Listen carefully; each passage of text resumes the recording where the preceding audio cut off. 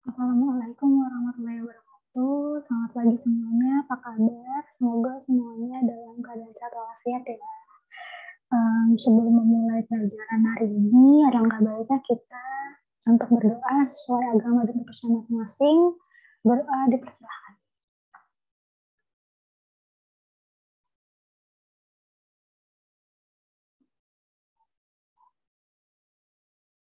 Ya, berdoa selesai. Sebelum masuk ke materi, saya akan mengabsen satu persatu kalian. Yang pertama itu Alisa Zahra ada. Aisyah Tini ada, Andika Dwi Kurniawan ada, Gifari Maulizar ada, Ramadina Nur Fajri ada. Baik, pada pertemuan sebelumnya kita telah membahas yaitu proyeksi gambar teknik.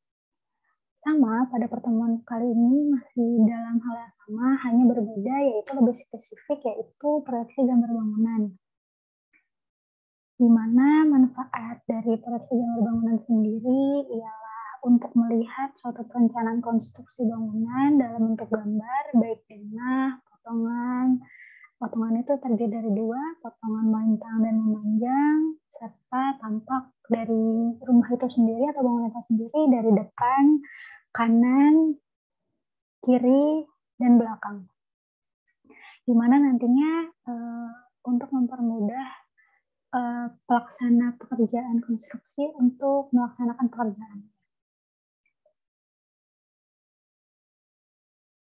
Seperti yang sudah saya sampaikan tadi, kita pada hari ini akan mempelajari proyeksi gambar bangunan, di mana referensinya itu yang telah saya berikan semalam, yaitu e-modul gambar teknik untuk bab 5 yang telah saya berikan semalam di GCR. Juga kalian bisa melihat di internet jika masih ada yang kurang dari modul yang telah saya berikan. Sekarang saya akan membahas dulu isi dari modul yang telah saya berikan semalam. Sebentar ya. Baik, apakah sudah terlihat? Baik.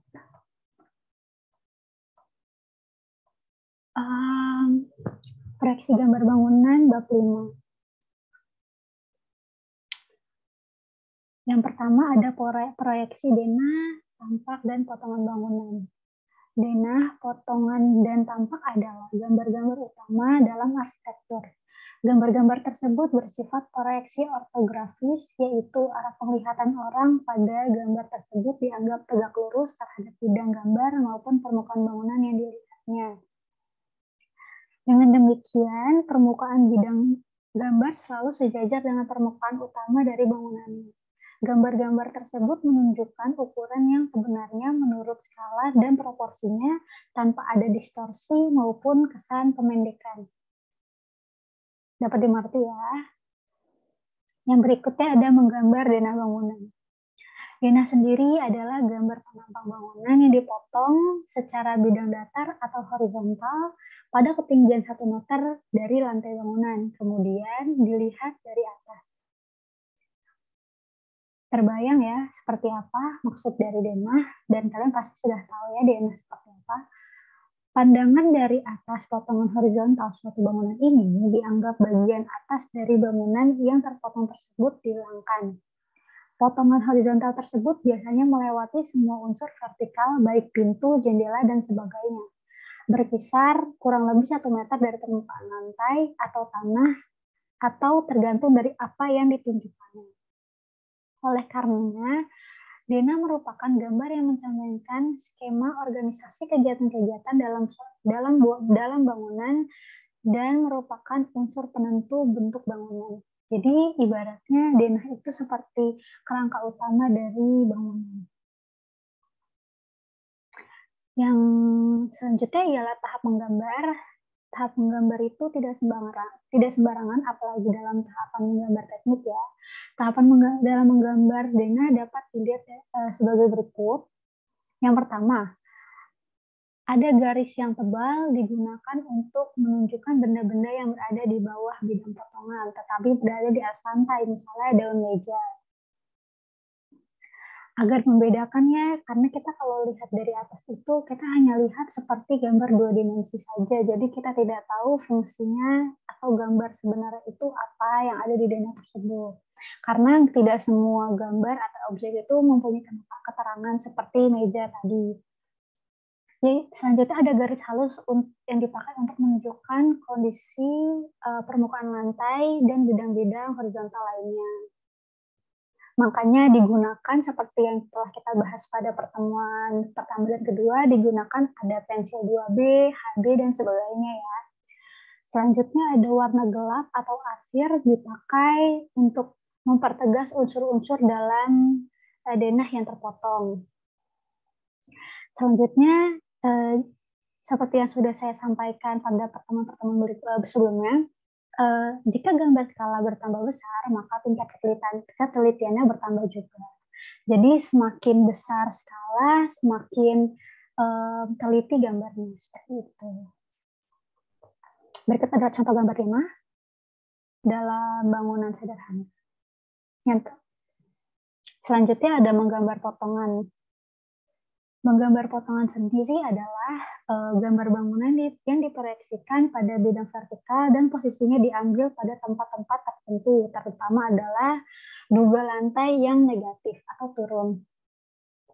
Gambar potongan menunjukkan semua bahan-bahan baik eksterior maupun interior yang digunakan dan dilengkapi dengan petunjuk-petunjuk yang merupakan kunci dari sistem bangunan tersebut, seperti bagian mekanikal, plumbing, dan sebagainya. Jadi dari gambar potongan ini nanti kita dapat melihat sebagian isi dari bangunan yang akan kita bangun. Biasanya semuanya terlihat ya, mulai tergantung kita motongnya di mana. Bisa juga terlihat daun meja, pintu, jendela, dan sebagainya. Tergantung apa yang ada di atau isi dari bangunan tersebut. Fungsi dari gambar potongan adalah menunjukkan proporsi ruang interior ya, seperti tadi yang saya bilang, dan penyelesaiannya. Pada rancangan suatu bangunan minimal terdapat dua arah potongan, yaitu melintang dan memanjang. Melintang memanjang dari bangunan atau denah yang telah kalian buat nantinya. Penampang dari irisan potongan vertikal bangunan yang menjelaskan kondisi ruang, dimensi, skala, struktur, konstruksi, ketinggian bangunan. Pada potongan tampak suatu bangunan telah dipotong oleh sebuah bidang vertikal, maka bagian depan bangunan tersebut dihilangkan. Jadi biasanya potongan melintang itu memang dipotong dari seperempat bagian, setengah bagian, atau 3/4 bagian dari rumah ya. Biasanya itu antara setengah dari rumahnya itu dipotong. Bisa lebih kurang, bisa juga lebih. Arah potongan dilengkapi dengan petunjuk pandangan yang disertai dengan notasi huruf ya, seperti AA, BB, 11, 22, dan sebagainya, tergantung kalian memakai apa. Skala gambar potongan itu biasanya 1:100, 1:50, sedangkan untuk pembuatan skala gambar potongan atau detail itu menggunakan skala 1:10 dan 1:20 atau sebagainya. Sama seperti dalam menggambar denah tadi, dalam menggambar potongan juga kita memerlukan ketelitian, seperti letak dan arah potongan ditandai dengan menggunakan tanda panah seperti tadi ya, disertai dengan penggunaan notasi huruf atau angka. Selanjutnya warna gelap atau arsir dipakai untuk mempertegas unsur-unsur dalam denah yang terpotong. Jika skala sama seperti denah, jika skala bertambah besar, maka tingkat ketelitian akan bertambah pula. Ini adalah contoh gambar potongan melintang. Ya, terlihat mulai dari pondasi sampai ke atapnya, terlihat ketinggiannya, kita dapat tahu ketinggian dari rumah tersebut berapa. Ini mungkin ada daun pintu, ada apa saja yang ada di sini, hingga kuda-kuda pun terlihat dengan jelas. Isi dari tembok pun terlihat jelas ya. Ini potongan memanjang, sama seperti potongan melintang, hanya letaknya saja yang memanjang, dipotong memanjang. Kuda-kuda terlihat, daun pintu, hingga interior rumah, eksterior rumah pun terlihat kelengkapannya. Selanjutnya, menggambar tampak. Gambar tampak bangunan sendiri adalah cara mengkomunikasikan bentuk fisik arsitektur yang dilihat dari arah potong atau arah pandang frontal, yang secara teknis gambar ini dibuat berdasarkan proyeksi ortogonal atau tegak lurus dengan bidang objeknya. Sehingga secara grafis akan terlihat berupa gambar dua dimensi yang datar. Dengan menambahkan teknik rendering yang meliputi efek atau cahaya atau pembayangan gelap terang, bidang-bidang tertentu menampilkan tekstur material yang digunakan, maka gambar yang tampak dua dimensional terlihat akan lebih bermakna seperti gambar tiga dimensional. Itu tadi gunanya arsiran, tebal tipisnya penggunaan pensil ya. Gambar-gambar sendiri terdiri atas 4 pandang, yaitu tampak depan atau muka, samping kiri kanan, dan tampak belakang dari rumah atau bangunan itu sendiri atau gedung. Gambar itu harus memperlihatkan karakter dari bangunan itu sendiri, yang pertama. Yang kedua, proporsi dan skala terhadap manusianya atau pemakainya. Yang ketiga, segi-segi lain yang menyangkut perihal ekspresi keindahan tentang hubungannya dengan gambar denah dan gambar potongan yang memperlihatkan konstruksinya. Berikut adalah gambar atau tampak depan dari masih sama, lanjutan dari denah dan potongan melintang dan memanjang tadi yang saya gunakan. Terlihat ya, kita dapat dari gambar dua dimensi seperti sini saja, kita sudah dapat membayangkan, oh iya, depan rumahnya ini seperti ini ya, gitu. Berikut adalah tampak samping kiri dari rumah. Ya, terlihat temboknya, gentingnya, bentuk rumahnya dari depan sampai belakang seperti apa. Tampak samping kanan, sama ya, seperti tampak samping kiri, hampir sama. Dan berikut tampak belakangnya. Oh, berarti kita tahu kalau misalnya di belakang itu tidak hanya di tembok ya, berarti di belakang itu ada pintu lagi seperti itu. Jadi kita dengan gambar dua dimensi pun kita sudah terbayang bentuk rumahnya seperti apa gitu. Hal-hal yang perlu diperhatikan dalam menggambar tampak sama seperti tadi, menggambar potongan dan denah ya. Semakin besar skala, semakin jelas juga atau detail juga yang harus diperlihatkan, yaitu selalu berikutnya itu kesan warna gelap terang, tekstur, dan bayangan. Seperti ini ya, kita bisa terlihat sekali ini apa, ini fungsinya untuk apa, gitu. Selanjutnya, penekanan yang diberikan pada gambar suatu tampak bangunan dapat disajikan lengkap dengan kondisi lingkungannya, serta diberi batas yang tegas dengan menyempurnakan gambar bangunan dengan tekstur, rendering, material, dan efek bayangan. Ini latihan yang akan saya berikan nanti.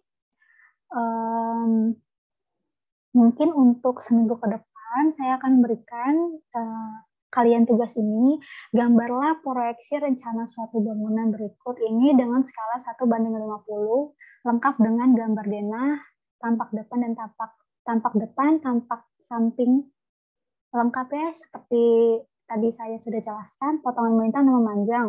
Urutkan menggunakan proyeksi ortogonal atas beberapa pandangan proyeksi Eropa. Kelengkapannya objek gambar itu ada namanya, ukuran, ya seperti standar kita menggambar untuk gambar tekniknya, ada nama pembuat, nama tugas, dan sebagainya. Dan kalian pasti sudah paham ya, karena kemarin sudah seperti itu. Dan ini secara garis besarnya denah yang harus kalian buat. Mungkin ini tampak depan dan tampak sampingnya dari rumahnya, kalian bisa selesaikan nanti sudah ada di modul kalian ya, tinggal kalian lihat.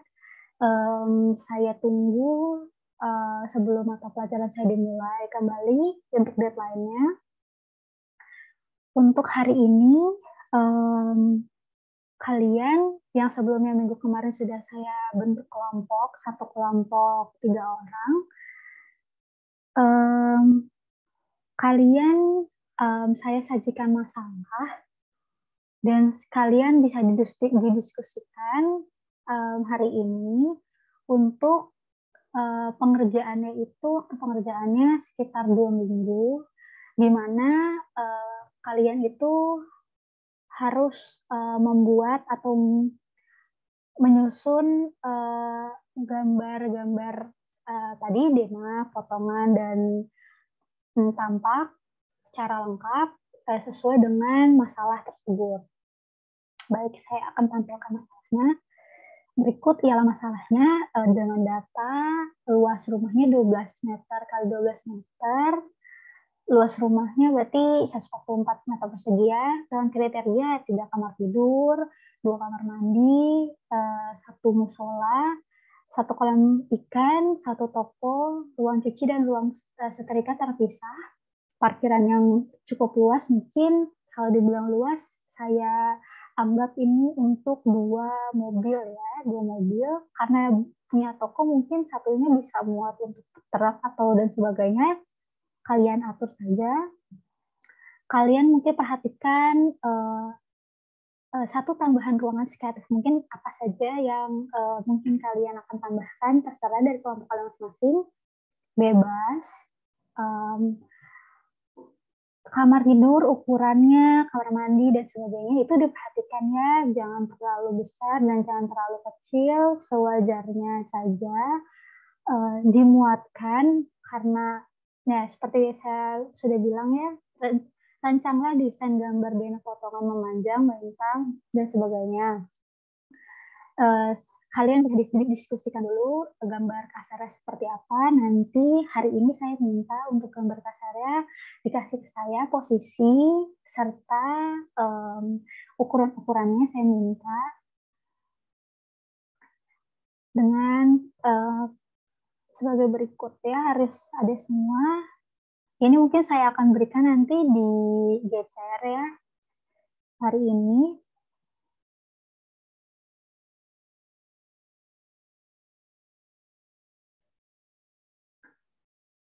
Ada yang ingin ditanyakan mungkin terkait ini?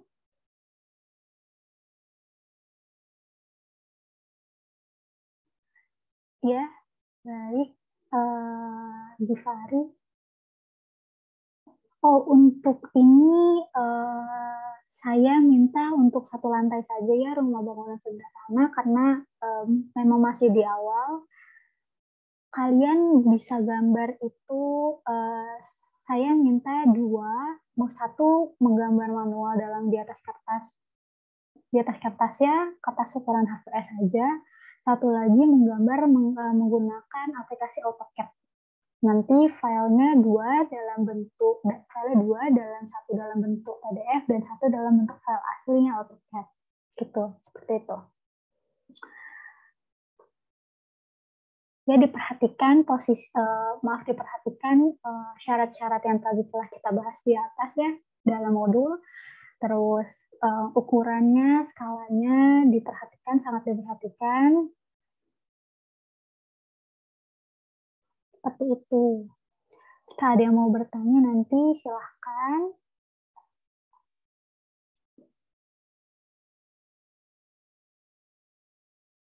Laporan untuk itu hanya 2 saja, seperti saya bilang tadi.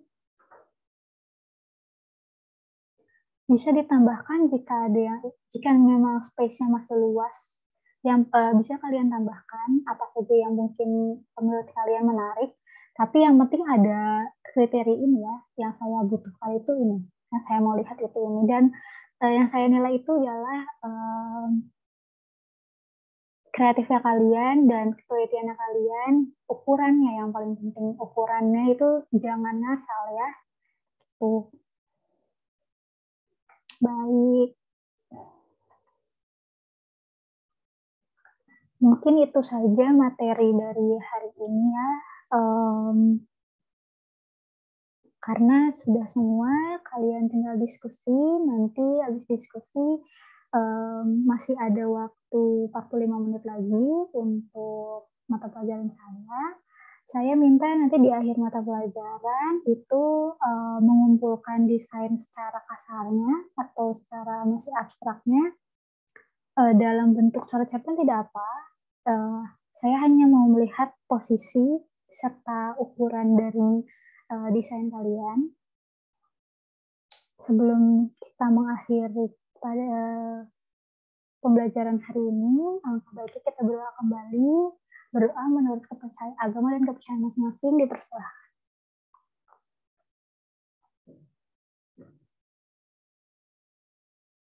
Amin, berdoa selesai. Terima kasih atas perhatiannya ya anak-anak. Jika ada yang ingin ditanyakan, bisa hubungi saya. Jangan lupa tugas untuk minggu depan, juga tugas untuk desain ini 2 minggu lagi. Saya minta untuk desain kasarnya nanti di akhir mata pelajarannya, di akhir jam. Terima kasih atas perhatiannya. Wassalamualaikum warahmatullahi wabarakatuh.